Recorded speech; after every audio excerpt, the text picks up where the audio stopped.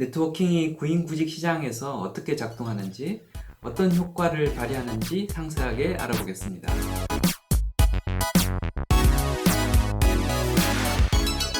안녕하세요. 커넥팅자 TV의 장프로입니다.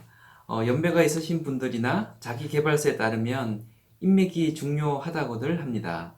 그런데 잘 나가는 분들 중에서 상당수는 인맥 없이 잘 살아왔고 굳이 왜 인맥이 필요한지 모르겠다는 분들도 많습니다. 뭐가 맞는 말일까요? 제가 보기엔 둘 다 맞는 말입니다.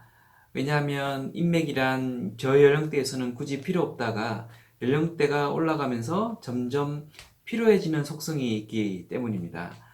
저연령대에서는 테크니컬한 업무 전문성이 핵심 역량의 거의 전부이기 때문에 굳이 인맥을 동원하지 않아도 사는데 지장이 없습니다. 그런데 나이를 먹으면서 직급이 높아지면 영업, 조직 관리, 사업 개발 등의 업무를 맡게 되는데 이런 업무를 잘 하려면 네트워킹 역량이 필요할 수밖에 없습니다. 그래서 뒤늦게 후회를 하게 되는 경우가 많습니다. 특히 40대 중후반이 되면 구인구직을 위해서라도 혹은 그 밖의 사회 활동을 위해서라도 네트워킹이 필수가 될 수밖에 없습니다. 네트워킹이 필수일 수밖에 없는 이유 5가지를 살펴보겠습니다. 첫째, 40대 중후반엔 네트워킹이 유일한 구직 수단이 됩니다.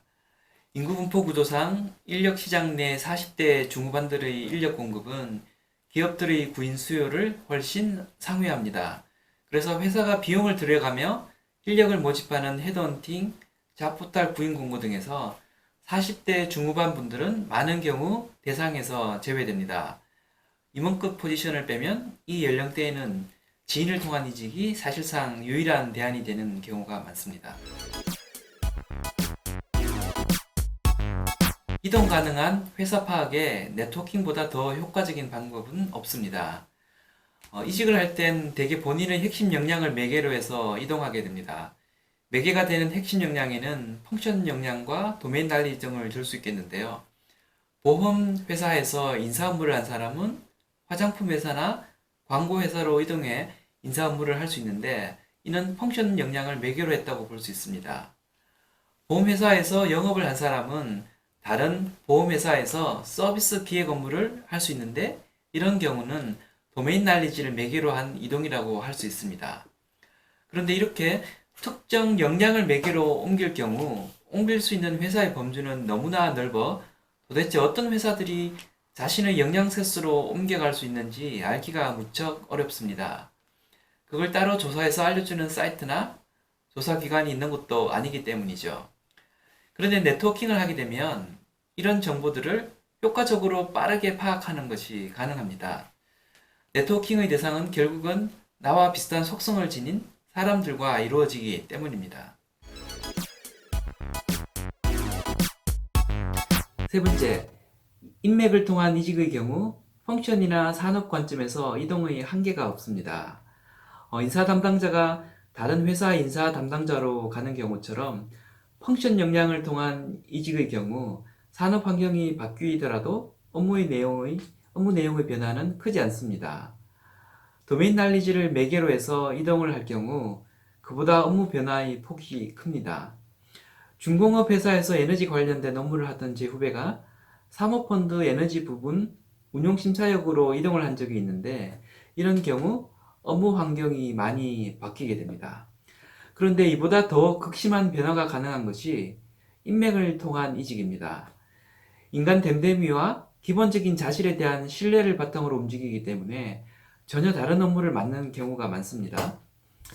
컴퓨터 부품 회사 중국 지사장을 하던 분이 청송에 있는 기업형 버섯 농장의 대표로 간 경우도 있고 ERP 솔루션 엔지니어가 모 기업 대표의 눈에 띄어 M&A를 진두지휘하는 기획 총괄 상무로 간 경우도 있습니다. 둘 다 실제 케이스인데요. 인맥을 통한 이직의 경우 이동의 한계가 없습니다.